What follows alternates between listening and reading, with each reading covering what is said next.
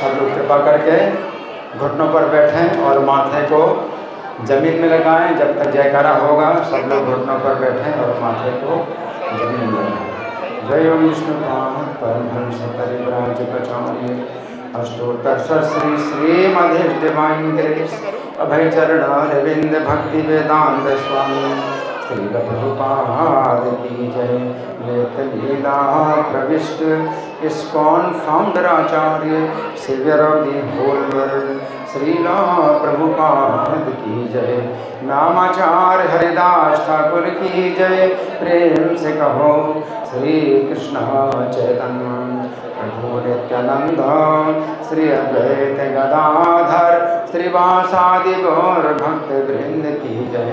श्री श्री राधा पार्थ सारथी ललिता विशाखा गोप गोपिका श्याम कुंड राधा कुंड गिरि गोवर्धन की जय। श्री श्री गौरताई की जय। श्री श्री सीताराम लक्ष्मण हनुमान की जय। श्री श्री लक्ष्मी नरसिंह प्रहलाद महाराज की जय। समवेत भक्त वृंद की जय। अनंत कोटि वैष्णव वृंद की जय। इस्कॉन वर्तमानाचार्य वृंद की जय। श्री कात्यायनी व्रत महामहोत्सव की जय। श्रील प्रभुपाद पुस्तक वितरण महामहोत्सव की जय। गौर Premanandi all glorious to single devotees, all glorious to single devotees, all glorious to single devotees, all glorious to Sri Guru and Gauranga। धन्यवाद, बहुत बहुत धन्यवाद। आप सब लोग मेरे साथ मेरे पीछे बोलेंगे, हाथ जोड़ें सब लोग और मेरे पीछे बोलें। ओम नमो भगवते वासुदेवाय। ओम नमो भगवते वासुदेवाय। ओम नमो भगवते वासुदेवाय। ग्रंथराज श्रीमद्भगवद गीता यथारूप अध्याय 11, अध्याय का नाम है विराट रूप और श्लोक संख्या है 32। तो आप लोग मेरे पीछे बोलें। हालांकि आपके पास पुस्तक नहीं है लेकिन तो भी भगवान के शब्द बड़े सरल हैं। आप बोलेंगे तो आपका मुंह पवित्र होगा और कानों से सुनेंगे तो आपके कान पवित्र होंगे। अगर आप ना भी समझ पाते हैं संस्कृत तो भी कोई बात नहीं है। ये इतने पवित्र भगवान के शब्द हैं कि ना समझें तो भी बोलने पर मुंह शुद्ध होता है और ना समझें तो भी सुनने पर कान पवित्र होते हैं। ठीक है, मेरे पीछे बोलेंगे। श्री भगवान वाच कालोस्मि लोकाक्षय कृत प्रवृद्धो।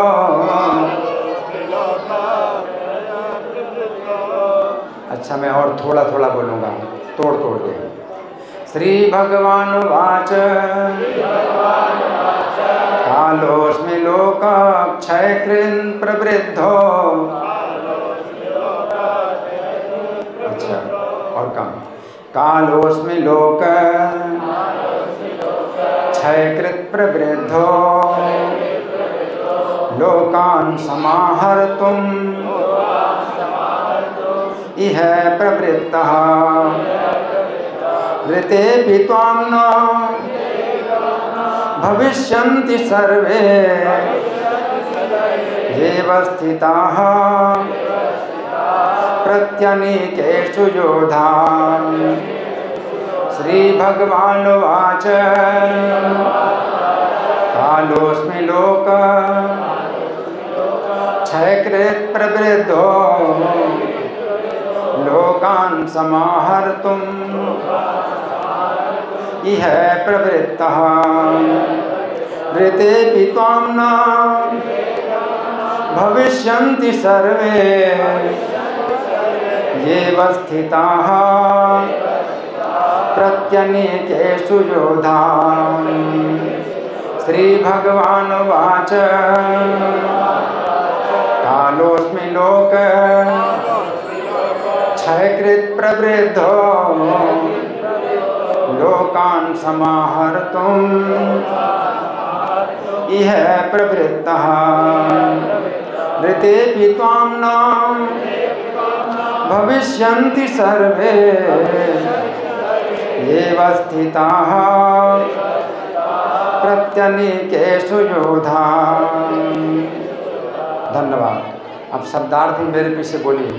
श्री भगवान उवाच, भगवान ने कहा, कालः काल, अस्मि हूँ, लोक लोकों का, क्षयकृत नाश करने वाला, प्रवृद्धः महान, लोकान समस्त लोगों को, समाहर्तुम नष्ट करने में, यह इस संसार में, प्रवृत्तः लगा हुआ, ऋते बिना, अपि भी, त्वां आपको, न कभी नहीं, भविष्यन्ति होंगे, सर्वे सभी, ये जो अवस्थिताः स्थित, प्रति अनीकेषु विपक्ष में, योधाः सैनिक। अनुवाद मेरे पीछे बोलिए। भगवान ने कहा, समस्त जगतों को विनष्ट करने वाला काल मैं हूँ और मैं यहाँ समस्त लोगों का विनाश करने के लिए आया हूँ। तुम्हारे पांडवों के सिवा दोनों पक्षों के सारे योद्धा मारे जाएंगे। तो तात्पर्य पढ़ने से पहले समझेंगे इस श्लोक में भगवान क्या कह रहे हैं। भगवान ने क्या कहा? अर्जुन ने कुछ पूछा था भगवान से, तो भगवान ने उत्तर दिया, है ना। तो भगवान ने क्या उत्तर दिया कि मैं काल हूँ। अर्जुन ने कहा कि आप कौन है? मैं तो नहीं जानता, आप कौन हैं? तो भगवान कहते हैं मैं काल हूँ। और अर्जुन ने कहा था कि आपकी प्रवृत्ति में नहीं जानता, आपकी प्रवृत्ति क्या है? तो भगवान कहते हैं मेरी प्रवृत्ति कैसी है? लोकक्षयकृत, इन सब लोगों का विनाश करने में मेरी प्रवृत्ति है। लोकक्षयकृत प्रवृद्धो लोकान समाहर तुम है प्रवृत्ता। तो मैं जो है प्रवृत्त है। किस प्रकार से अब मेरी प्रवृत्ति है कि इन सब लोगों का जो है अब मैं समाप्त करूँगा। ऋते भी त्वाम ना भविष्यन्ति सर्वे, तुम्हारे बिना भी ये लोग नहीं रहेंगे। अर्जुन तो पहले अध्याय में, गीता के पहले अध्याय में कितना शोक कर रहे थे कि इनको मारने के बाद, इनके मरने के बाद हम जीना भी नहीं चाहते, है ना। तो अर्जुन तो इस प्रकार से शोक कर रहे थे। लेकिन अर्जुन भगवान कहते हैं कि तुम नहीं भी तुम युद्ध करो तो भी ये नहीं बचेंगे। भगवान कहते हैं तुम मत सोचो कि तुम मारोगे तो ये मरेंगे और तुम नहीं मारोगे तो नहीं मरेंगे। तो भगवान कहते हैं सबको जो है मुझे मारना है ना। तो ऋते भी त्वाम ना भविष्यन्ति सर्वे ये वस्थिता प्रत्यनीकेषु योधा। ये विपक्ष में, शत्रु पक्ष में जितने योद्धा खड़े हैं ये सब जो है मारे जाएंगे, कोई भी बचेंगे नहीं। कि तुम सोचते हो कि तुम युद्ध नहीं करोगे तो ये नहीं मरेंगे, है ना। तो यहाँ प्रभु भगवान ऐसा बोल रहे हैं। अब प्रभुपाद तात्पर्य में क्या लिखते हैं? श्रील प्रभुपाद की जय। यद्यपि अर्जुन जानते थे कि श्री कृष्ण उनके मित्र और भगवान हैं, तो भी वे श्री कृष्ण के विविध रूपों को देखकर चकित थे। अर्जुन समझते हैं। अर्जुन ने कहा भी 10वें अध्याय में, परम ब्रह्म है, परम धाम है, पवित्रम परमम भवान, है ना। तो अर्जुन ने ऐसा कहा भी, है ना। लेकिन यहाँ पर अर्जुन जो है भगवान का ये जो विश्व रूप देख करके बहुत चकित हो रहे हैं, बहुत ज़्यादा चकित हो रहे हैं कि कैसा भगवान का विश्व रूप है ना। और अर्जुन ने देखा कि जो है उनकी सेना के भी बड़े बड़े योद्धा भगवान के मुख में जा रहे हैं और जो शत्रु पक्ष के भी बड़े बड़े योद्धा भगवान के मुख में जा रहे हैं, है ना। तो अर्जुन को जो है बड़ा आश्चर्य हो रहा है कि ऐसा क्या है, ऐसा क्यों हो रहा है। इतना सब जो है मतलब भारी विनाश है और भगवान ही कर रहे हैं, है ना। तो अर्जुन चकित थे, इसलिए उन्होंने इस विनाशकारी शक्ति के उद्देश्य के बारे में पूछताछ की। वेदों में लिखा है कि परम सत्य हर वस्तु को, यहाँ तक कि ब्राह्मणों को भी नष्ट कर देते हैं। कठोपनिषद का 1-2-25 वचन है, यस्य ब्रह्म च क्षत्रम च उभे भवत ओदनहा मृत्युर्यशोपसेचनम कैथा वेद यत्र सहा। अंततः सारे ब्राह्मण, क्षत्रिय तथा अन्य सभी परमेश्वर द्वारा काल कबलित होते हैं। परमेश्वर का ये रूप सबका भक्षण करने वाला है। और यहाँ पर श्री कृष्ण अपने को सर्वभक्षी काल के रूप में प्रस्तुत करते हैं। केवल कुछ पांडवों के अतिरिक्त युद्ध भूमि में आए हुए सभी लोग उनके द्वारा भक्षित होंगे। अर्जुन लड़ने के पक्ष में नहीं थे, वे युद्ध ना करना श्रेयस्कर समझते थे, क्योंकि तब किसी प्रकार की निराशा ना होती।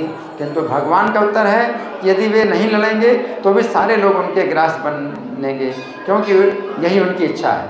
यदि अर्जुन नहीं लड़ेंगे तो वे सब अन्य विधि से मारे जाएंगे। मृत्यु रोकी नहीं जा सकती, चाहे वो लड़ें या ना लड़ें। वस्तुतः वे पहले से मृत हैं, काल विनाश है और परमेश्वर की इच्छानुसार सारे संसार को विनष्ट होना है, ये प्रकृति का नियम है। तो प्रभुपाद का तात्पर्य यहाँ पर समाप्त होता है। तो प्रभुपाद सामान्य सिद्धांत बताते हैं कि ये भौतिक जगत क्या है, मृत्यु संसार, सबको मरना है ना। अब हम सुनेंगे थोड़ा इसमें से जो श्री भगवान ने कहा में जो व्याख्या हुई है, तो आप लोग बड़े ध्यान से सुने। ये श्लोक संख्या 32 है। कितनी संख्या? 32 श्लोक संख्या है। लेकिन 26 और 27 संख्या के जो श्लोक अर्जुन ने बोले थे, अर्जुन ने 31 श्लोकों तक तो अर्जुन ने बोला और 32वें श्लोक भगवान बोल रहे हैं। तो 26 में 27 श्लोक में अर्जुन ने क्या बोला था कि हे देव, शत्रु सेना के और मेरी सेना के सभी योद्धा आपके प्रद्रुत मुखों में प्रवेश कर रहे हैं। अर्जुन ने कहा था, अमी ही त्वाम सुर संघा विशंति केचिन भीता प्रांजलियो गृहंती, है ना। अर्जुन ने ऐसा कहा, है ना।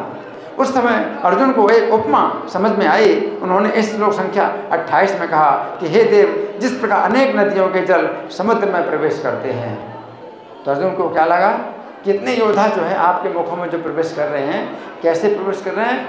यथा नदी नाम बहुबम वेगा, जैसे नदियों के बहुत से जल प्रवाह है, समुद्र में भी मुखाद्रमंती, समुद्र में जा रहे हैं, है ना।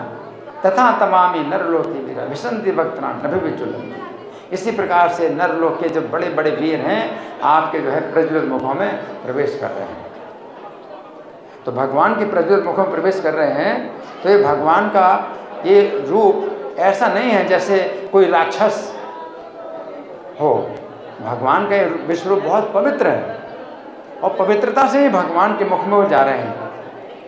भगवान के मुख में वो राक्षस की तरह नहीं है कि भगवान राक्षस की तरह खा रहे हैं। राक्षस खाता है तो खून मांस की कीचड़ जो है सब मची होती है ना, उसका पूरा शरीर खून से रंगा।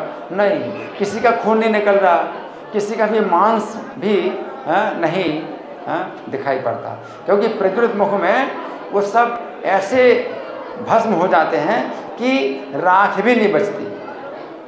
भगवान के पेट में कोई जा ही नहीं रहा, ना किसी का खून ना किसी का मांस भगवान के पेट में कुछ नहीं जा रहा।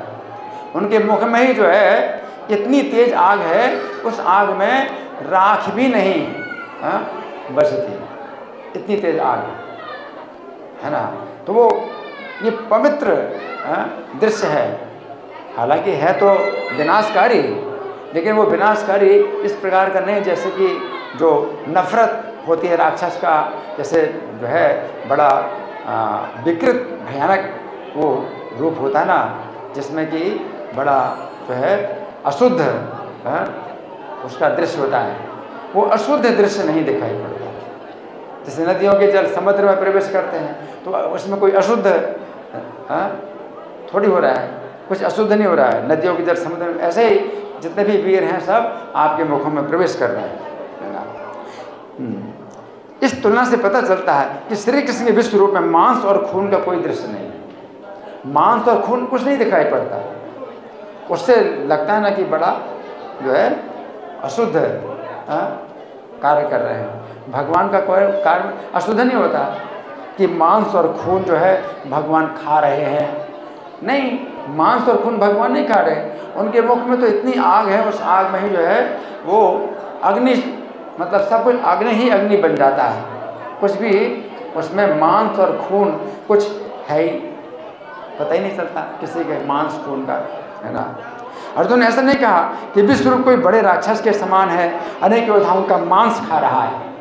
अर्जुन ऐसे नहीं कहा कि आप बड़े राक्षस जैसे मालूम पड़ रहे हैं, है ना। बड़ा राक्षस होता है हाथियों को पकड़ के खाता है ना, उसके जो है हड्डी लिए हुए है और खून बह रहा है, उसके मुंह से खून टपक रहा है और पूरा शरीर खून से रंगा है। ऐसा भगवान का शरीर नहीं है।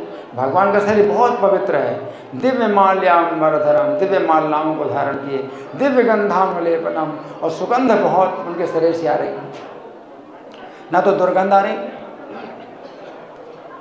नहीं तो कहाँ, मतलब जैसे बहुत योद्धा मारे जाए तो खून की और मांस की बड़ी दुर्गंध आती। तो यहाँ भगवान के मुख में जो प्रवेश कर रहे हैं, ना तो खून और मांस दिखाई पड़ता है, ना खून और मांस की कोई दुर्गंध आ रही है। अग्नि में जो है वो ऐसे प्रवेश कर रहे हैं कि वो जो है अग्नि ही बन जाता है। तो अर्जुन ने ऐसा नहीं कहा कि विश्वरूप कोई बड़े राक्षस के समान है, अनेक योद्धाओं का मांस खा रहा है अथवा खून पी रहा है, नहीं। श्री कृष्ण का विश्वरूप अत्यंत पवित्र है। इस प्रकार की तुलना का वर्णन करके अर्जुन ने विचार किया। अर्जुन ने विचार किया कि मैंने जो तुलना की है वो फिर भी अभी सही नहीं है। क्या? अर्जुन ने तुलना की कि नदियों के जल समुद्र में प्रवेश करें, उसी प्रकार सब योद्धा आपके मुखों में प्रवेश कर रहे हैं। तो अर्जुन को लगा ठीक नहीं है तुलना, क्योंकि वीरों के समुदाय विश्वरूप के मुखों में इसी प्रकार प्रवेश कर रहे हैं जिस प्रकार नदियों के प्रवाह समुद्र में प्रवेश कर रहे हैं। तो ये उचित नहीं है, क्योंकि नदियों के जल जिस समय समुद्र में प्रवेश करते हैं उस समय जल की मात्रा जल में मिल जाती है, परंतु यहाँ तो विश्वरूप के जलते हुए मुखों में वीरों के शरीर भस्म होते हैं। तो यहाँ तो इसलिए अर्जुन ने एक अन्य प्रकार की तुलना दी। तो श्लोक संख्या 29 में अब अर्जुन ने क्या बोला?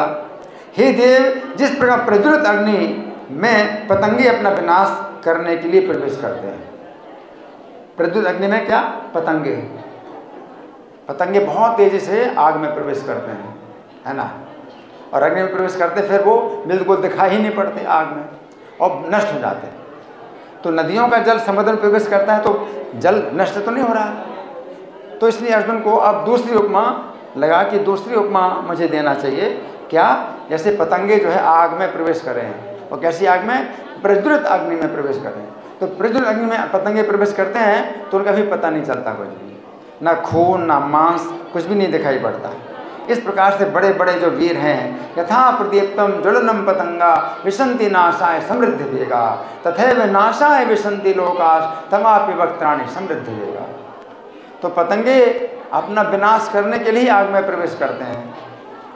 तो आग कुछ नहीं करती कि आग जो है उनके पास जाए, वो खुद ही आग के पास जाते हैं और नष्ट होते हैं। तो भगवान कुछ भी प्रयास नहीं कर रहे हैं, किसी को मारने का प्रयास नहीं कर रहे हैं। भगवान के मुखों में वो सब प्रवेश कर रहे हैं, पतंगे जैसे आग में प्रवेश करते हैं, है ना, और नाश अपना ही विनाश करने के लिए प्रवेश करते हैं। तथैव नाशाय विशंति लोकाश तमापि वक्त्राणि समृद्धि वेगा। आपके जो है वक्त मुखों में बड़ी तेजी से बहुत वेग पूर्वक जो है आपके मुखों में प्रवेश करते हैं। हाँ, जिस प्रकार पतंगे अत्यंत वेग पूर्वक अग्नि में अपना विनाश करने के लिए प्रवेश करते हैं, उसी प्रकार सभी वीर आपके मुखों में अपना विनाश करने के लिए प्रवेश करते हैं। फिर अर्जुन श्लोक संख्या 30 में कहते हैं, हे देव, आप अपने प्रज्वलित मुखों से सभी योद्धाओं को निगलते हुए चाट रहे हैं, अपने तेज से संपूर्ण जगत को झुलसा रहे हैं। अब श्लोक संख्या 31 में अर्जुन कहते हैं, हे देव, आप मुझे बताइए इतने उग्र रूप में आप कौन हैं? क्योंकि अर्जुन तो कृष्ण के साथ रहे, तो कृष्ण के व्यवहार में कभी ऐसी बात नहीं आई कि कृष्ण जो है इतना जो है विनाश करें और इतना जो है वो उग्र अपना जो है कर्म दिखलाए, है ना। तो अर्जुन जो है अब सोच रहे हैं कि मैं जिन कृष्ण के साथ में उठता बैठता था, बातें करता था, वो ये कृष्ण नहीं है, ये तो कोई दूसरे हैं। ये तो कौन है? इसलिए अर्जुन ने पूछा कि आप बताइए कि आप कौन हैं। अर्जुन कहते हैं, आप बताइए आप कौन हैं, है ना। तो 31 श्लोक संख्या 31 में अर्जुन कहते हैं, हे देव आप मुझे बताइए इतने उग्र रूप में आप कौन हैं? आप अवश्य ही समस्त देवताओं में श्रेष्ठ हैं, मतलब पवित्र हैं। देवता लोग पवित्र होते हैं, तो देवताओं का भोजन भी पवित्र होता है। तो भगवान का ये कोई वो चीज़ नहीं है कि वो अशुद्ध भोजन खा रहे हैं। भगवान नहीं खा रहे कुछ किसी को, उनके मुख में अग्नि है और अग्नि में ही वो सब जो है नष्ट हो रहे हैं। तो भगवान का कोई ये भोजन नहीं है कि भगवान भूखे हों, भगवान भोजन कर रहे हैं। तो अर्जुन कहते हैं आप तो देवताओं में सबसे श्रेष्ठ हैं। मैं मानता हूँ आपको, देवताओं का थोड़ी ऐसा भोजन होता है, देवताओं का भोजन बड़ा पवित्र होता है, और आप तो देवताओं में सबसे श्रेष्ठ हैं। आपको मैं नमस्कार करता हूँ, आप मेरे ऊपर प्रसन्न होइए। अभी तक मैं आपको समझ नहीं पाया, मैं आपके उद्देश्य को नहीं समझ पा रहा। आप क्या करना चाहते हैं, आप क्यों करना चाहते हैं? अर्जुन के इस प्रश्न के उत्तर में इस श्लोक में श्री कृष्ण कहते हैं कि मैं विनाशकारी काल हूँ। तो क्या कहते हैं भगवान?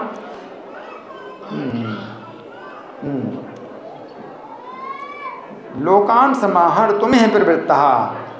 भगवान कहते हैं लोगों का विनाश करने के लिए मैं प्रवृत्त हुआ हूँ। अपना परिचय दे रहे हैं, है ना? तो भगवान अपना परिचय दे रहे हैं। श्री भगवान उवाच। अब इस श्लोक में क्या है? श्री भगवान उवाच, है ना? तो श्री भगवान का अर्थ है ऐसा व्यक्ति जो 6 प्रकार के ऐश्वर्यों से युक्त हो। श्री भगवान 6 प्रकार के ऐश्वर्यों से युक्त हो, जिनमें से एक ऐश्वर्य क्या है? बल, संपूर्ण बल है।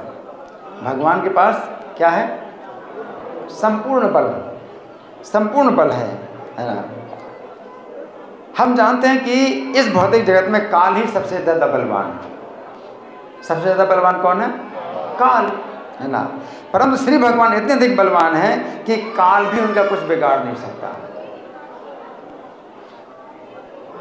भगवान इतने बलवान हैं कि काल भी उनका कुछ बिगाड़ नहीं सकता। श्री कृष्ण काल की गति के विपरीत भी कार्य कर सकते हैं।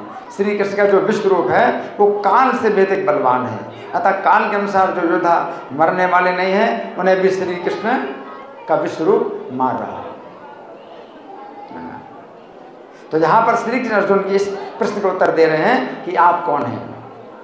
श्री कृष्ण कह रहे हैं कि मैं विनाशकारी प्रवृत्त काल हूँ। तो यहाँ पर श्री कृष्ण प्रवृद्ध शब्द का प्रयोग कर रहे हैं। प्रा का मतलब है प्रकृष्ट रूपेण और वृद्ध का मतलब पूर्ण विकसित।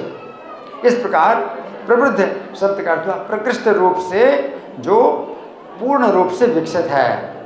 तो यहाँ पर श्री कृष्ण सामान्य काल नहीं है, सामान्य काल नहीं है। सामान्य काल तो सामान्य रूप से सभी का विनाश करता है, परंतु श्री कृष्ण ऐसे काल नहीं है। ये एक ऐसे काल हैं जो विचार करते हैं कि किसका विनाश करना चाहिए ताकि इस पृथ्वी पर धर्म की स्थापना हो सके। श्री कृष्ण का विनाश कार्य नियंत्रित है, परंतु सामान्य काल का विनाश कार्य अनियंत्रित है। सामान्य काल तो सबको मारता है ना, चाहे सही हो चाहे गलत, हर व्यक्ति को मारता है सामान्य काल। लेकिन श्री कृष्ण जो काल हैं वो कैसे काल हैं? नियंत्रित। उनका जो है विनाशकारी कार्य नियंत्रित है। तो यहाँ पर श्री कृष्ण कह रहे हैं कि वे प्रकृष्ट रूप से और पूर्ण रूप से विकसित काल हैं। भागवत के 10वें स्कंध के अंतर्गत अध्याय संख्या 12 में वर्णन आता है कि जिस समय श्री कृष्ण के बाल सखा और उनके बछड़े अघासुर के पेट में जाकर मर गए, आता है ना 10वें स्कंध में, अघासुर के पेट में जाके मर गए। इतना बड़ा वो अजगर बन गया था, उसने अपना मुंह खोला था कि उसका ऊपर का जो हिस्सा, मुंह का ऊपर का हिस्सा आकाश को छू रहा था।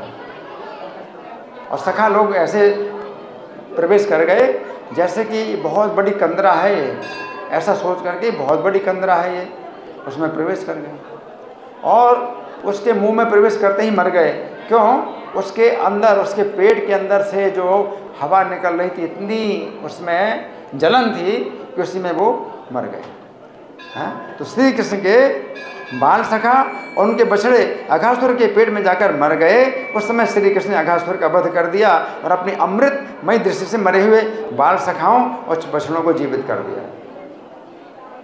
तो भगवान जो है कैसे काल हैं? कि किसको मारना चाहिए किसको नहीं मारना चाहिए भगवान जानते हैं। तो ये सामान्य काल नहीं है। सामान्य काल के द्वारा जो मारे जा चुके हैं उनको भगवान जीवित कर सकते हैं, और जो सामान्य काल के द्वारा नहीं मर रहे हैं उनको भगवान मार रहे हैं। क्यों?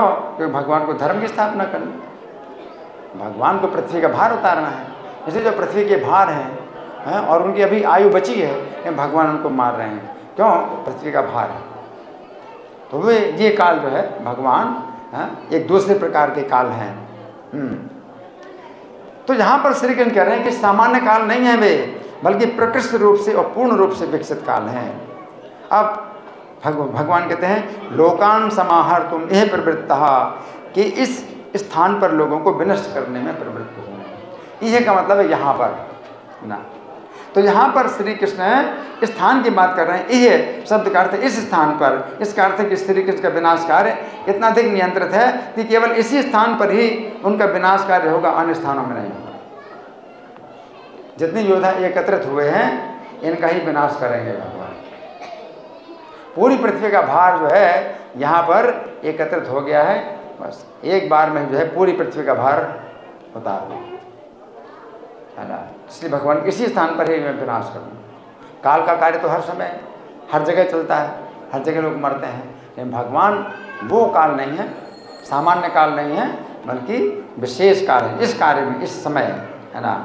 तो यहाँ पर श्री कृष्ण कह रहे हैं कि वे केवल इसी स्थान पर लोगों का विनाश करने में प्रवृत्त हुए हैं, किसी अन्य स्थान पर नहीं, किसी अन्य स्थान पर नहीं। ये अर्जुन के दूसरे प्रश्न का उत्तर है। अर्जुन ने पहला प्रश्न किया था आप कौन है, इस प्रश्न का उत्तर श्री कृष्ण ने दिया कि मैं पूर्ण रूप से और प्रकृष्ट रूप से विकसित काल हूँ। अब अर्जुन का दूसरा प्रश्न था मैं आपकी प्रवृत्ति को जानना चाहता हूँ, ना ही प्रजानामि ते प्रवृत्तिम, मैं आपकी प्रवृत्ति को जानना चाहता हूँ। इस प्रश्न के उत्तर में श्री कृष्ण कह रहे हैं कि मेरी प्रवृत्ति केवल इस स्थान पर लोगों का विनाश करने की है। महाभारत के द्रोण पर्व के अंतर्गत अध्याय संख्या 186 और 187 में वर्णन आता है कि महाभारत युद्ध के 15वें दिवस पर सूर्योदय के समय जैसा महान जनसंहारकारी संग्राम हुआ वैसा ना तो कभी देखा गया और ना कभी सुना गया। इतना बड़ा जो है युद्ध हुआ था, और इसको देखने के लिए बड़े बड़े ऋषि बड़े बड़े देवता कहाँ से देख रहे थे? आकाश। बड़े बड़े देवता लोग जो अपने विमान को आकाश में खड़ा कर सकते हैं, तो वही देख रहे थे, और पृथ्वी के लोग नहीं देख सकते। देवता लोग भी आकाश में अपने विमान खड़े कर सकते हैं, और ऋषि लोग भी आकाश में खड़े हो सकते हैं तपस्या के बल पर। तो बड़े बड़े तपस्वी ऋषि मुनि थे, आकाश में खड़े होकर के देख रहे थे। जमीन में कोई जगह नहीं थी जहाँ से दिखाई पड़े। तो ये बहुत मतलब विशेष युद्ध था, है ना। इतना बड़ा संहार जो हो रहा है भगवान करा रहे हैं, एक दूसरे के द्वारा ये विनाश करा रहे हैं, है ना। तो ऐसा जनसंहारी संग्राम, जनसंहारकारी संग्राम ना तो कभी देखा गया ना कभी सुना गया, है ना। तो इसमें बहुत वर्णन है, इसको अभी मैं छोड़ करके और कुछ आगे पढ़ूंगा। तो यहाँ पर श्री कृष्ण कह रहे हैं उनकी प्रवृत्ति केवल इसी स्थान के लोगों का विनाश करने के लिए है। फिर भगवान कहते हैं हृदयपि त्वाम न भविष्यन्ति सर्वे ये वस्थिता प्रति अनेकेषु योधा, अर्थात हे अर्जुन तुम्हारे ना रहने पर भी शत्रु पक्ष के ये योद्धा नहीं रहेंगे, है ना।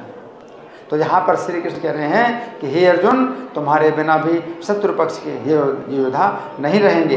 ये बात समझने की है कि अभी तक श्री कृष्ण ने अर्जुन को ये बात नहीं बताई थी, अभी तक श्री कृष्ण ने ये बात अर्जुन को नहीं बताई थी, पहली बार बता रहे हैं कि तुम्हारे न रहने पर भी ये योद्धा नहीं बचेंगे। इसके पहले नहीं बताई थी, है ना। पहले तो भगवान ने कर्तव्य का वर्णन किया कि तुम मारे जाओ तो स्वर्ग को जाओगे, हतो वा प्राप्त से स्वर्गम जित्वा वा भोक्ष से मही, अगर जीतोगे तो पृथ्वी भोगोगे, मरोगे तो कर्तव्य का भगवान ने उपदेश दिया कि तुम्हें युद्ध करना है इस भावना से। अभी यहाँ पर भगवान बता रहे हैं कि तुम्हारे बिना भी ये नहीं बचेंगे, ये सब मारे जाएंगे, है ना। तो अभी तक श्री कृष्ण ने अर्जुन को ये बात नहीं बताई थी कि यदि अर्जुन युद्ध नहीं करेंगे तो भी शत्रु पक्ष योद्धा मारे जाएंगे। यदि श्री कृष्ण अर्जुन को युद्ध में लगाना चाहते थे तो वे यही सूचना पहले ही दे देते कि यदि अर्जुन युद्ध नहीं करेंगे तो भी सभी लोग मारे जाएंगे। इस प्रकार अर्जुन के लिए एक ये कारण मिल जाता कि वे युद्ध करें, क्योंकि अर्जुन जिन्हें नहीं मारना चाहते हैं उनका मरना पहले से निश्चित हो चुका है। परंतु श्री कृष्ण ने ये सूचना अर्जुन को पहले से नहीं दी, क्योंकि श्री कृष्ण अर्जुन के लिए कर्तव्य का उपदेश देना चाहिए कि तुम इस प्रकार से कर्तव्य करो कि मरोगे तो कम से कम स्वर्ग की प्राप्ति दो। अगर भौतिक कामना है तो स्वर्ग जाओगे, अगर भौतिक कामना नहीं है तो वैकुंठ चले जाओगे। अर्जुन के अंदर तो कोई भौतिक कामना है नहीं, तो युद्ध में मारे जाएंगे तो कहाँ जाएंगे? वैकुंठ जाएंगे। तो भगवान कहते हैं कि अगर युद्ध में मारे जाओगे तो स्वर्ग तो कम से कम है ही है निश्चित है, और स्वर्ग से ऊपर भी अगर कोई भौतिक कामना नहीं तो स्वर्ग से ऊपर भी जा सकते हो। और जित्वा वा भोग से, अगर जीतोगे तो पृथ्वी को भोगोगे। तो भगवान ने कहा था, या अभी भगवान क्या कह रहे हैं कि तुम ना भी युद्ध करो तो भी ये सब नहीं बचेंगे, है ना, ये नहीं रहेंगे। हाँ, इसलिए श्री कृष्ण ने गीता 2:37 में कहा था कि हे अर्जुन, यदि तुम युद्ध में मारे जाओगे तो स्वर्ग प्राप्त करोगे, या यदि तुम जीत जाओगे तो पृथ्वी के साम्राज्य को भोगोगे। अतः दृढ़ संकल्प करके खड़े हो और युद्ध करो। तो यहाँ पर श्री कृष्ण अर्जुन को पहली बार ये सूचना दे रहे हैं, यदि अर्जुन युद्ध नहीं करेंगे तो भी शत्रु के पक्ष योद्धा नहीं बचेंगे। तो इस विश्व रूप में भगवान ने जो अर्जुन को दिखाया, जो महाभारत का युद्ध जो अभी शुरू नहीं हुआ है, शुरू होने वाला है, इसके बारे में भगवान अर्जुन को जो है पहले से दिखा रहे हैं कि क्या कि उनके द्वारा सब पहले से मारे जा चुके हैं। अब इस विश्व रूप में भगवान ने ये सब जो दिखाया, इसका कारण क्या है? इसका कारण ये है कि अर्जुन से भगवान ने कहा, अर्जुन से भगवान ये चान्य दृष्टम इच्छसी, तुम जो है जो कुछ भी देखना चाहो वो मेरे इस विश्व रूप में देख लो। भगवान का ये जो विश्व रूप है, अर्जुन ने जो है अर्जुन को भगवान दिखा रहे हैं, और भगवान कहते ददामि बुद्धि योगम तम न नहीं दिव्यम ददामि ते चक्षु, दिव्यम ददामि ते चक्षु पश्चिम योगम ऐश्वरम, मैं तुम्हें दिव्य नेत्र दे रहा हूँ और तुम देखो। और क्या देखो तुम? यह चान्य दृष्टि में तुम जो कुछ भी देखना चाहो, पश्चादित्यान वसून रुद्रान मसून पश्चादित्यान वसून रुद्रान अश्विनो मरुत तथा बहुन दृष्टि पूर्वाणी पश्चाश्चर्याणी भारत। भगवान का मेरे शरीर में जो है तुम सभी आदित्यों को देखो, आदित्यान पश्चादित्यान वसून वसुओं को देखो, रुद्रान रुद्रों को देखो, अश्विनी कुमारों को देखो, मरुत गणों को देखो, भगवान ने कहा। और फिर क्या कहते हैं? एक अस्थम जगत कृतनम पश्चाद सतनातनम, मेरे इस शरीर में विश्व रूप में तुम पूरे जगत चर अचर संपूर्ण जगत को देखो। पश्चात सतनातनम मम देहे गुराकेश, यह चान्य दृष्टि में, और भी जो तुम देखना चाहते हो वो भी देखो। तो इस विश्व रूप में अर्जुन अगर भविष्य का भी अगर देखना चाहते कि भविष्य में क्या होगा तो भी, तो अर्जुन के मन में इच्छा हुई, क्या इच्छा हुई कि इस महाभारत युद्ध का क्या परिणाम होगा। तो भगवान ने अर्जुन की इच्छा के अनुसार वो दिखाया। भगवान ने अर्जुन से कहा तुम जो कुछ देखना चाहे तो देखो। तो अर्जुन से ये नहीं कहा कि तुम्हारी क्या देखने की इच्छा है बताओ। भगवान तो सब जानते हैं, अर्जुन की इच्छा, तुम्हारी जो इच्छा है वो देख लो। इसका मतलब क्या है? अर्जुन जो इच्छा कर रहे हैं उसमें दिखाई पड़ रहा है अर्जुन को। अब भगवान को पूछने की जरूरत नहीं कि तुम्हारी क्या इच्छा है देखने की, अर्जुन को बताने की जरूरत नहीं कि मेरी क्या इच्छा है देखने की। भगवान जो कुछ तुम्हारी इच्छा है वो देख लो इस विश्व रूप में, क्योंकि अर्जुन के अंदर बाहर सब भगवान जानते हैं अर्जुन की क्या इच्छा है। तो अर्जुन की इच्छा हुई, क्या जानने की इच्छा हुई कि इस महाभारत के अंत में क्या परिणाम होगा। तो भगवान दिखा रहे हैं कि क्या परिणाम होगा। और फिर भगवान मया वेते में निहता पूर्व में आगे चल, मेरे द्वारा ही सब मारे गए, निमित्त मात्रम, तुम केवल निमित्त मात्र बन। तस्मा तुम उत्तिष्ठ सुलभस, इसलिए तुम उठो और यश प्राप्त करो। जित्वा शत्रुन भुंक्चो राज्यम समृद्धि, इन शत्रुओं को जो है तुम जीत करके समृद्ध राज्य भोगो।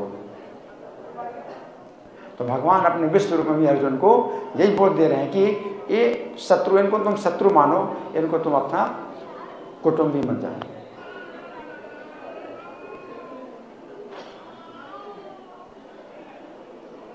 अगर अपने ही कुटुंबी हैं, अगर अन्याय करते हैं, है ना, और भगवान के नियमों को तोड़ते हैं, तो फिर वो अपने शत्रु हैं, वो पृथ्वी के भार हैं।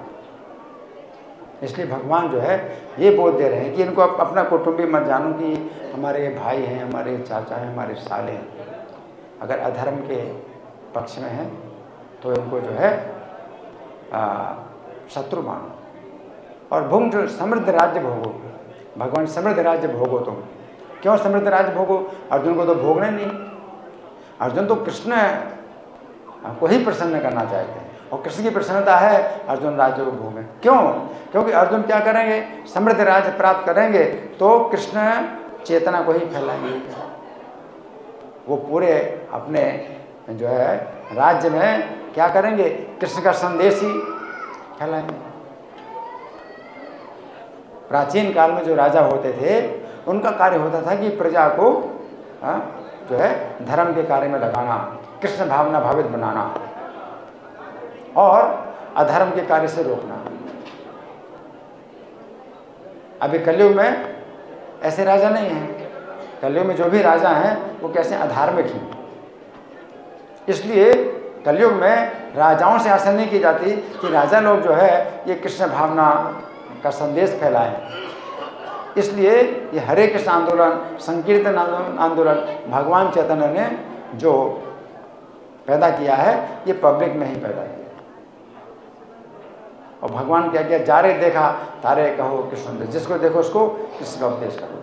आमार आज्ञा गुरु भैया तार यही देश, हमारी आज्ञा से तुम सब गुरु बनो और सबका उद्धार करो। तो आपको ही एक दूसरे से जो है ये उपदेश मिलेगा। शासन की ओर से ये उपदेश नहीं मिलने वाला।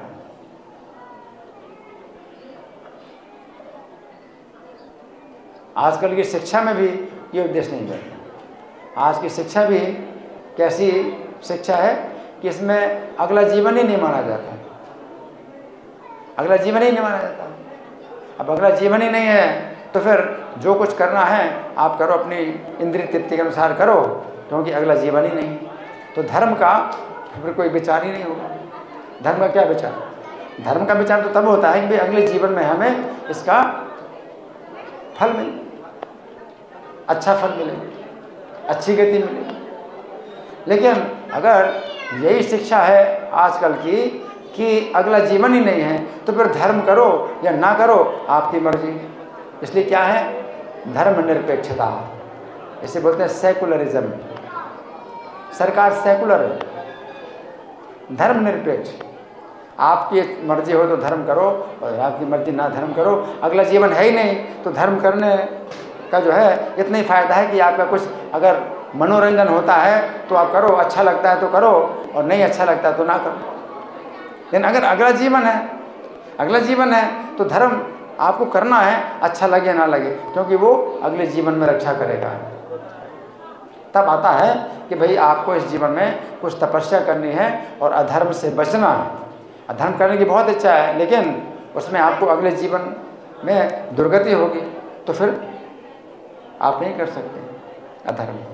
और धर्म करने की इच्छा नहीं है आपकी, लेकिन करना है, क्यों? उससे रक्षा होगी अगले जीवन में। तो धर्म और अधर्म का तब बहुत विचार करना पड़ता है और हमें अधर्म से बचना और धर्म को करना है। चाहे मन जो है जितना भी कहे अधर्म के लिए कि ये करो, अधर्म करो, अधर्म करो, है? लेकिन आपको अपने मन को रोकना पड़ेगा, अपनी इंद्रियों को रोकना पड़ेगा, अपने मन को, अपनी इंद्रियों को धर्म में लगाना है, अधर्म से हटाना है। तो आज की शिक्षा क्या है? तो आज की शिक्षा ऐसे ही उसी प्रकार से आज का जो है जो प्रशासन है वो भी अगला जीवन नहीं है तो प्रशासन कैसा है? धर्मनिरपेक्ष। धर्म की कोई आवश्यकता नहीं है। कोई जो अपनी मर्जी से कोई भी धर्म मान ले और कोई धर्म ना माने तो प्रशासन की ओर से कोई जो है बल प्रयोग नहीं है धर्म के लिए। ये पहले के राजा थे, धर्म के लिए बल प्रयोग करते थे प्रजा के ऊपर। अगर धर्म का पालन नहीं करोगे तो दंड मिलेगा, अपने राज्य से निकाल देंगे। अधर्म करते हो, क्योंकि राजा की जिम्मेदारी होती थी इस जीवन में भी रक्षा और अगले जीवन में भी रक्षा। जो राजा होते थे पहले के, क्योंकि अगला जीवन है तो राजा की जिम्मेदारी होती थी अपने प्रजा के इस जीवन में भी सुख सुविधा मिले और अगले जीवन का भी जो है क्या होगा, अच्छी गति मिले अगले जीवन है। आज की जो शिक्षा ऐसी है, अगला जीवन नहीं है, तो प्रशासन भी जो है यही कहता है धर्म का जो है कोई विचार नहीं करना है, आपकी मर्जी करो ना करो, इंद्रिय तृप्ति करो। तो जितना भी लोग हैं इंद्रिय तृप्ति कर रहे हैं, अधर्म कर रहे हैं, तो आज का प्रशासन ये सबको नरक में भेज रहा है। आज का जो प्रशासन है सबको नरक में भेज रहा है। तो अब हमारा प्रजा में ही जो है ये आंदोलन, अब ये जो हरे कृष्ण आंदोलन है, ये चैतन्य महाप्रभु ने जो प्रारंभ किया वो किसमें, पब्लिक में ही जो है भगवान ने जो है ये फैलाया आंदोलन, संकीर्तन आंदोलन।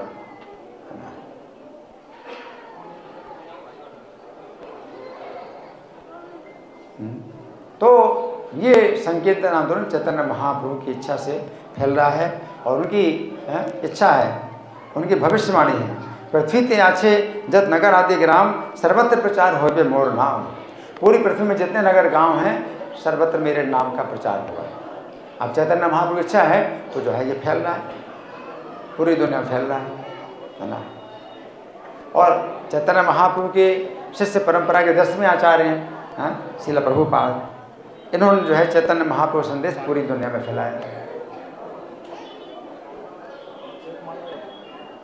और ये पूरी दुनिया में फैलाने के लिए प्रभुपाद ने जो है एक जो है बहुत शक्तिशाली उपाय निकाला।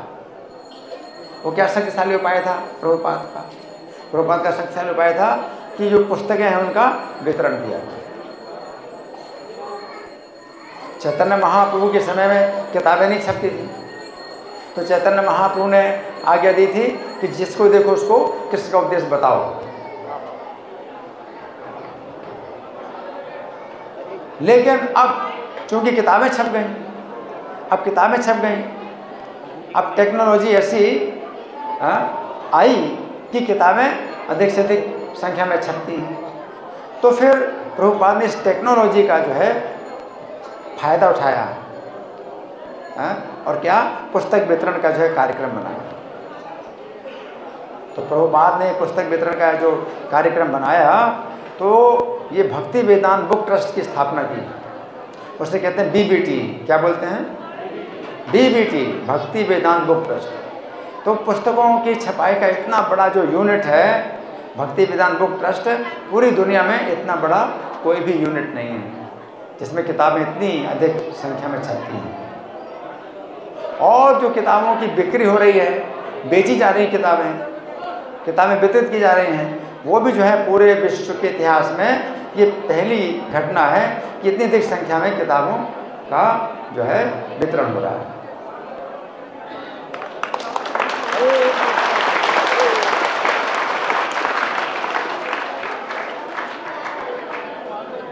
तो प्रभुपाद जो है चैतन्य महाप्रभु के सेनापति भक्त हैं, तो उन्होंने जो है सेनापति जो है जहाँ पर भी होता है वो अपनी सेना जो है संग्रहित कर लेता है। प्रभुपाद अकेले गए थे, भारत छोड़कर अकेले गए थे विदेशों में, और विदेशों में भी जो है चूँकि सेनापति है तो सेनापति क्या करता है, कहीं भी होगा सेना बना ले, तैयार कर ले। जैसे बहुत सैनिक बनाए, किताबें छापने का जो कार्य है वो भी जो है बहुत तेजी से प्रभुपाद ने शुरू कराया विदेशों में। टेक्नोलॉजी में जो है आज की टेक्निक किताबें भी बड़ी तेज़ी से लिखी जाती हैं। आपको हाथ से लिखने की ज़रूरत नहीं है, आपको कागज़ पेन की ज़रूरत नहीं है, डिक्टाफोन में। तो डिक्टाफोन में बोलते जाएं, प्रभुपाद डिक्टाफोन में बोलते गए और वो किताबें जो है और जो भक्त लोग हैं सुन करके टाइप कर रहे हैं और ट्रांसक्रिप्शन कर रहे हैं, वो किताबें छप रहे हैं। तो किताबों की संख्या भी बहुत अधिक मात्रा में है। प्रभुपाद ने 80 किताबें लिख दी, 80 किताबें लिख दी प्रभुपाद ने।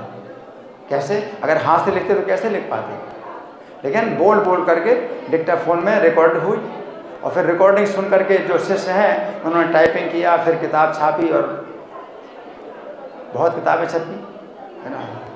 और फिर प्रभुपाद की जो है आज्ञा क्या थी कि हर साल डबल करो। जितना भी किताबें इस साल बिकी हैं, अगर 10,000 बिकी हैं, अगले साल 20 साल, डबल इट। सेनापति की आज्ञा से सेना काम कर रही है। तो प्रभुपाद जो है पूरी दुनिया में उन्होंने क्या किया, भक्तों की सेना संगठित कर। और जो मंदिर हैं वो क्या है, मंदिर जो है सेना के क्या है, शिविर हैं। सैनिक लोग जो है शिविरों में जैसे रहते हैं, है ना, तो वहाँ कुछ खाना पीना विश्राम करना और फिर बाहर लड़ाई में जाना। तो जो पुस्तकें वितरण करना, जो भक्त लोग बाहर जाते हैं पुस्तकें वितरण करते हैं, तो वो क्या करते हैं, एक प्रकार से बम गिरा रहे हैं। युद्ध में जो है आजकल बम गिराए जाते हैं ना, बम गिराए जाते हैं, तो वो बम विनाशकारी होते हैं। तो ये पुस्तकें भी बम के समान हैं। तो लोगों की गोद में जो है जब बम गिराए जाते हैं तो उनके अज्ञान का विनाश होता है। ये पुस्तकें, हरि बोल।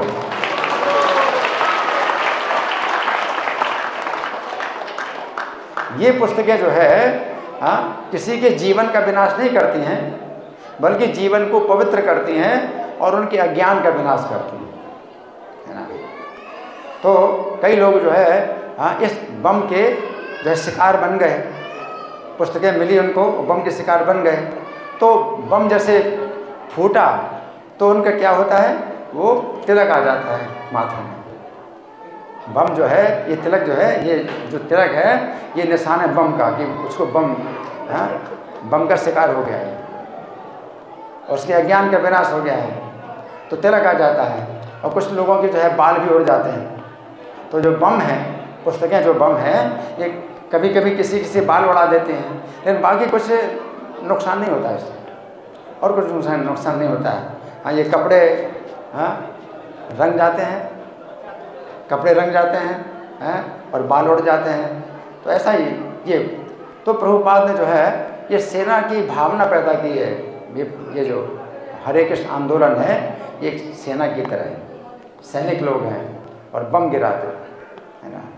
ये जो बम है ये जो है क्या है कि भौतिक जीवन का विनाश करते हैं। भौतिकतावादी जो विचार हैं कि मनुष्य के जीवन का केवल लक्ष्य है इंद्रिय तृप्ति, खाओ पियो सो और मर जाओ बस, और आगे कोई जीवन नहीं। तो आगे जीवन तो है, और खाओ पियो सो तो क्या होगा, अगला जीवन मनुष्य का मिलेगा नहीं। तो इस अज्ञान में क्या है कि लोगों को मनुष्य का जीवन दोबारा नहीं मिलेगा, मतलब मिलेगा लेकिन कितने हजारों लाखों जन्मों के बाद, पशु पक्षी और कीड़े मकोड़े के बाद को जो है हजारों लाखों के बाद जो है क्या होगा, मनुष्य का जीवन मिलेगा। तो बहुत बड़ा एक जो है मनुष्य के जीवन का नुकसान है। तो आज की जो शिक्षा है वो बहुत विनाशकारी है।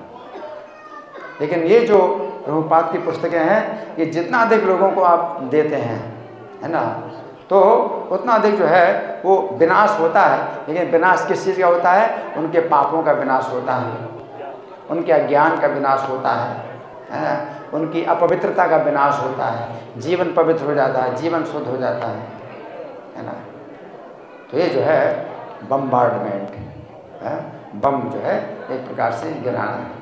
जैसे टाइम बम आपने जो है छोड़ दिया किसी के पास, तो किसी पुस्तक किसी को मिली, हो सकता है 10 साल के बाद फिर उसका जीवन बदलेगा, है ना। तो ये टाइम बम है। कोई बम जो है 10 साल के बाद फटेगा, कोई बम 1 दिन में फटेगा, कोई बम 1 मिनट में फटेगा। तो टाइम बम है। तो आप पुस्तकें देते हैं तो ज़रूरी नहीं है कि आप कहेंगे नहीं ये लोग पढ़ेंगे नहीं, हम क्यों किताब में, ऐसा नहीं। जैसे आप बीज बोते हैं तो कोई बीज जो है 10 साल के बाद फल देता है, कोई बीज 20 साल के बाद फल देता है, और कोई बीज जो है 2 दिन में ही फल पैदा करता है। तो इसी प्रकार से ग्रंथों का वितरण, ये जो समय चल रहा है ग्रंथों का वितरण का चल रहा है ना। और प्रभुपाद जो है उन्होंने ज़्यादा मात्रा में किताबें छापी। शुरू में क्या था, किताबें बहुत छप गई किताबें, लाखों किताबें छप गई, और वो सब जो है उसमें स्टोर, मतलब किताबें गोडाउन में रखी हैं। अब कैसे बेचें, कैसे इनका वितरण किया जाए, शिष्यों को कुछ पता ही नहीं था कैसे वितरण किया जाए। और प्रभुपाद कहते हैं टैक्स योर ब्रेन, अपना दिमाग लगाओ कैसे वितरण करना। तो टैक्स तो अपने ब्रेन में जो है बहुत टैक्स करते थे, जोर डालते थे दिमाग में, कैसे किताबें बांटें। तो कभी दुकानदार को दी किताब, उसने ले ली तो बड़ी सफलता, बड़ी खुशी हुई, करे ये तो जितना प्रयास करते हैं किताबें बिक रही। सड़कों में देते हैं तो सड़कों में भी लोग लेते हैं। तो इस प्रकार से जो है भक्त लोग जो है कई तरीके अपनाते हैं और किताबें जो है वितरण करते हैं। तो हम लोग रोज़ प्रार्थना करते हैं, राधा पाठशाला धाम में। तो इस प्रार्थना में ये जो समय है दिसंबर का महीना और नवंबर का महीना, इसमें हम विशेष शब्द जो है बोलते हैं। वो क्या है कि श्रील प्रभुपाद की पुस्तकें अधिक से अधिक वितरित और प्रायोजित हों। वितरण का मतलब एक करके भी आप दे सकते हैं किताब लोगों को। और कुछ लोग ऐसे भी होते हैं जो बहुत पैसे वाले होते हैं, तो वो कहते हैं भाई मैं तो जो है एक किताब नहीं बांटूंगा, मेरी तरफ से 1000 किताबें आप बांट दो, तो और अच्छा है। वो कहता है भाई मैं एक किताब नहीं लूँगा, मैं अब मेरी तरफ से पैसा देता हूँ, मैं 1000 किताब बांट दूँ। तो उसने क्या किया, बहुत बड़ा काम किया। तो कुछ भक्त लोग जो है सड़कों में जाते हैं, एक किताब बांटते हैं, ये भी बड़ी बात है।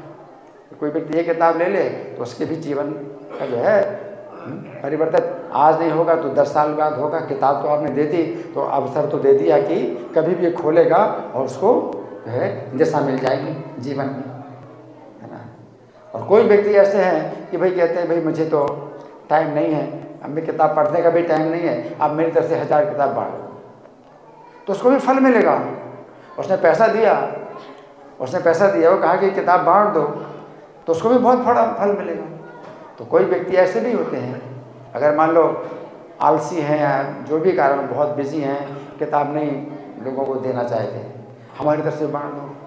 तो इस्कॉन जो है इस तरह से भी अस्पतालों में किताबें जो है रखी जाती हैं, और कुंभ मेला में किताबें बांटी जाती हैं, और बहुत मतलब गरीबों की बस्तियों में किताबें बांटी जाती हैं, निर्धनों को किताबें बांटी जाती हैं, अनाथों को किताबें बांटी जाती हैं, क्योंकि इस ज्ञान की बहुत आवश्यकता है। ये जो ज्ञान है ये आपको विश्वविद्यालयों में और महाविद्यालयों में और पाठशालाओं में नहीं मिलता, है ना। और ये ज्ञान मनुष्य के जीवन की सबसे ज़्यादा जरूरी है। इन किताबों में जो ज्ञान है, अगर वो ज्ञान नहीं प्राप्त किया तो फिर मनुष्य का जीवन ही नहीं मिलेगा अगला। क्योंकि इसमें जो है जो ज्ञान है कि हमारा अगला जीवन है, तो अगले जीवन के लिए हमें क्या करना है, और कई प्रकार की गतियाँ मिलने वाली अगले जीवन में। तो सबसे अच्छी गति है क्या हो सकती है, और उसके लिए हमें क्या करना है। तो सबसे अच्छी गति क्या है, तो उसमें लिखा हुआ है back home back to God है, कि भगवान के धाम में जाओ, वही आपका घर है। तो आपको जो है आपके अपने घर का पता आपको मिल रहा है, और आप हैं जंगल में। ये संसार जंगल है, आप जंगल में हैं, और जंगल में कई प्रकार की असुविधाएं और कई प्रकार की बाधाएं और कई प्रकार के संकट होते हैं। ये भौतिक संसार आपका घर नहीं है। तो अपने को आप जो है अपने घर में सुरक्षित समझते हैं, कोई सुरक्षा नहीं। जैसे घर में आग लगी हो और कोई व्यक्ति सो रहा हो तो सोचता है मैं बहुत सुरक्षित हूँ, अज्ञान है। घर में आग लगी है और सो रहा है तो सोचता है मैं बहुत सुरक्षित हूँ। यही हाल है हम लोगों का, हम सोचते हैं बहुत सुरक्षित। पुस्तकों में जो है ये बताया गया कि आपका ये घर नहीं है, आप उठो जागो और भागो, उठो जागो भागो।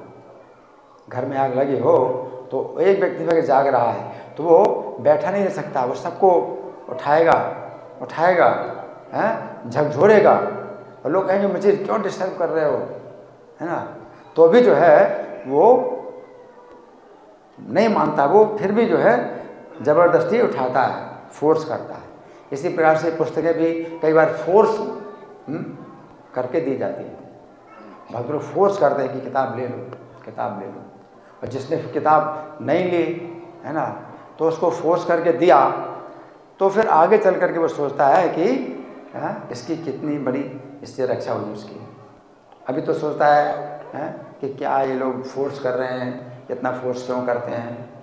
यार क्या करें, जो व्यक्ति जाग रहा है तो वो सोने वालों को जगाएगा, अगर घर में आग लगे क्या करेगा। और सब लोग बोलते हैं कि ये आदमी सबको डिस्टर्ब कर रहा है, ये बेकार आदमी है, लेकिन वो क्या करेगा, वो तो उठाएगा, वो तो डिस्टर्ब करेगा ही सबको। घर में आग लगी क्या करेगा। पुस्तकों की बहुत आवश्यकता है। प्रभुपाद ने जो है इन पुस्तकों में सीधा, चाहे भगवद गीता का कोई भी श्लोक ले लें, हर श्लोक में जो है वही कृष्ण भावनामृत का जो है दिशा दी है। नहीं तो दूसरे जो गीता की जो टीकाएँ हैं तो उनमें जो है वो कुछ इधर उधर की बातें वो करके, और कोई व्यक्ति जो है भक्ति की दिशा में आगे बढ़ता ही नहीं। लेकिन भक्ति वेदांत तात्पर्य दिए प्रभुपाद ने, गीता के हर श्लोक के भक्ति वेदांत तात्पर्य, भागवतम हर श्लोक में भक्ति वेदांत तात्पर्य। तो भक्ति वेदांत तात्पर्य में क्या है कि भक्ति की दिशा में ही जो है वो तात्पर्य दिए। तो इतना समय नहीं है कि व्यक्ति जो है फिर और दिमाग लगाए और फिर उसका निष्कर्ष निकाले। तो सीधे जो है प्रभुपाद ने संदेश दिया है हर श्लोक में कि हम कृष्ण की भक्ति करें, कृष्ण की शरण में। नहीं तो गीता पढ़ करके भी लोग जो है भक्त बनते ही नहीं हैं, क्योंकि टीकाकारों ने इस तरह से व्याख्या की है कि कोई सोचता है कि हम ही भगवान हैं या हम ही भगवान बन जाएंगे, तो वो और अपराधी होता है। तो ऐसी टीकाएँ करके जो है गीता की टीकाएँ करके उन टीकाकारों ने भगवान का अपराध किया कि भगवान चाहते हैं कि सब मेरे शरण में आएँ, और वो लोग जो है वो उनकी टीका के द्वारा उस भगवान के संदेश को और क्या कर दिया, वो मतलब उल्टा कर दिया कि आप भगवान हैं। अरे आप भगवान नहीं हैं, आप भगवान नहीं हैं। और ऐसे मानने से आप भगवान नहीं बन जाएंगे, बल्कि और दुर्गति होगी। जैसे कोई जेल के अंदर है, अपने को कहता है कि मैं राजा हूँ, है ना, तो उसकी और दुर्गति होती है, उसको और टॉर्चर किया जाता है कि अपने को राजा समझ रहा है। जेल के अंदर जो है बंद है, अपने को राजा समझ रहा है, तो और टॉर्चर दिया जाता है। तो माया देवी इसको और टॉर्चर करे। तो गीता का ऐसा जो है संदेश लोग जो है टीका के द्वारा, उनकी टीकाओं के द्वारा ही जो है लोग जो है ऐसे मतलब भ्रमित होते हैं कि वे जो है उल्टी दिशा में चलते हैं। तो इसलिए भगवद गीता यथारूप, प्रभुपाद ने भगवद गीता यथारूप दी। तो प्रभुपाद के जितने भी ग्रंथ हैं वो सब उसी दिशा में है ना। तो हमने भी जो लिखे हैं भगवद गीता कथारूप, ये प्रभुपाद की भगवद गीता यथारूप है, और जो मेरी पुस्तक है ये भगवद गीता कथारूप है। तो प्रभुपाद के बाद इतना समय नहीं था कि कथारूप में तात्पर्य दें, यथारूप तात्पर्य दे दिया। तो एक कार्य प्रभुपाद ने किया, लेकिन दूसरा कार्य रह गया था, कथारूप में भी तात्पर्य दिया। तो ये जो कथा रूप में है वो तो सबको समझ आती है, बच्चे भी, स्त्रियां भी, बूढ़े, जवान, सब लोग इस किताब को पढ़ सकते हैं, समझ सकते हैं कि यथारूप और कथारूप। तो इससे क्या है कि पूर्ति होती है, भगवद गीता की पूर्ति होती है ना। तो ये भी आप लोग जो है पुस्तक जो है अपना बुक शॉप, वहाँ से भी आप ले सकते हैं, हमसे भी ले सकते हैं ये किताबें। और भगवद गीता यथारूप जितनी अधिक हो सके आप बांटिए, और अपने लिए आप जो है भगवद गीता यथारूप अगर है तो भगवद गीता कथारूप आपकी कथा के द्वारा जो है आपको और इसमें रस प्राप्त होता है। ठीक है, तो अभी हमारे पास समय तो नहीं है, फिर भी एक दो प्रश्न लेना है। एक प्रश्न, हाँ जी, इनको मैं कुछ बोलना है। कुछ दिन पहले आपने कमेंट्स की थी इस श्लोक में, तो उसमें बताया था कि भगवान जो है काल के काल है, तो सूर्य चंद्रमा का भी जो वो हो जाता है। हाँ, मैंने बताया था कि काल भी जो है जब सब नष्ट हो जाता है तो काल का भी पता नहीं चलता, काल का भी पता नहीं चलता, क्योंकि काल की गणना कौन करेगा? तो उस समय भगवान ही रहते हैं जो काल की गणना करने वाले होते हैं। तो भगवान को काल का भी काल कहा जाता है। तो भगवान जो है काल के भी काल है।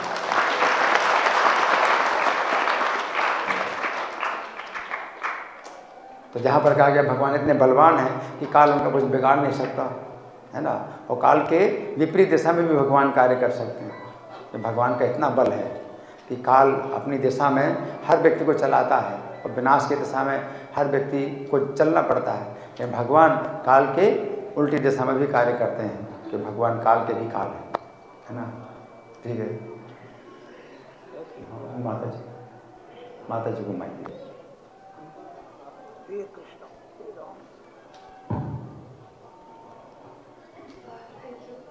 मेरा प्रश्न ये था कि जैसे आपने बताया कि हम लोग की सोच जो हमारी आत्मा है वो भगवान से ही आई है, और भक्ति करके अपना जीवन पूरा करके हमें भगवान के पास ही जाना है।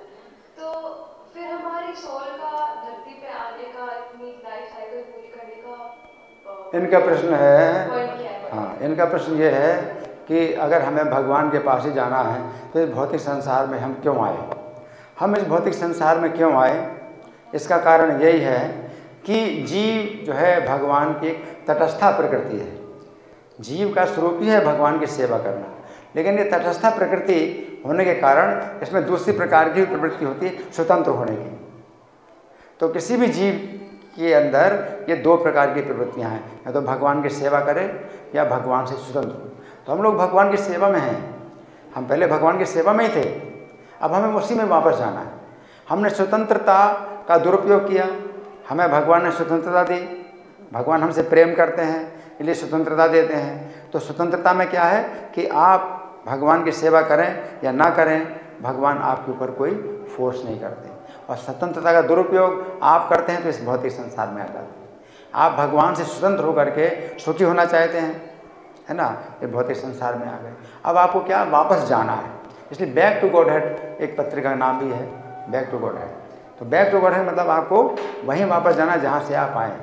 तो भौतिक संसार में आप आ गए, अब आपको कुछ पता नहीं आप कहाँ से आए, और आप गलत जो है आपको संदेश मिलते हैं कि हम भगवान हैं या हम भगवान बन जाएंगे। ये सब जो है क्या है, ये दिग्भ्रमित करने वाली बातें हैं, अज्ञान, और फैलाया जा रहा है ज्ञान। ये भगवद गीता यथारूप सही ज्ञान, जिसमें कि कृष्ण कहते हैं कि मेरे पास आओ, माम एकम शरणम व्रज, तो मेरे पास आओ, वापस आओ।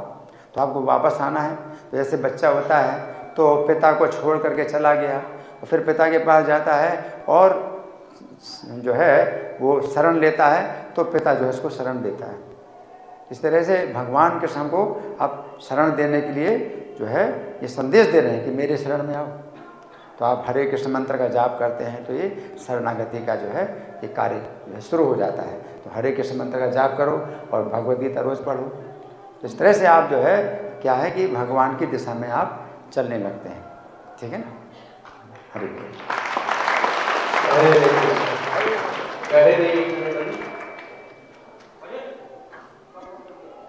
जैसा भी भगवद गीता मैराथन का मंत्र चल रहा है, तो जिन लोग नहीं है तो कम से कम अपनी कॉपी तो आपके पास होनी चाहिए।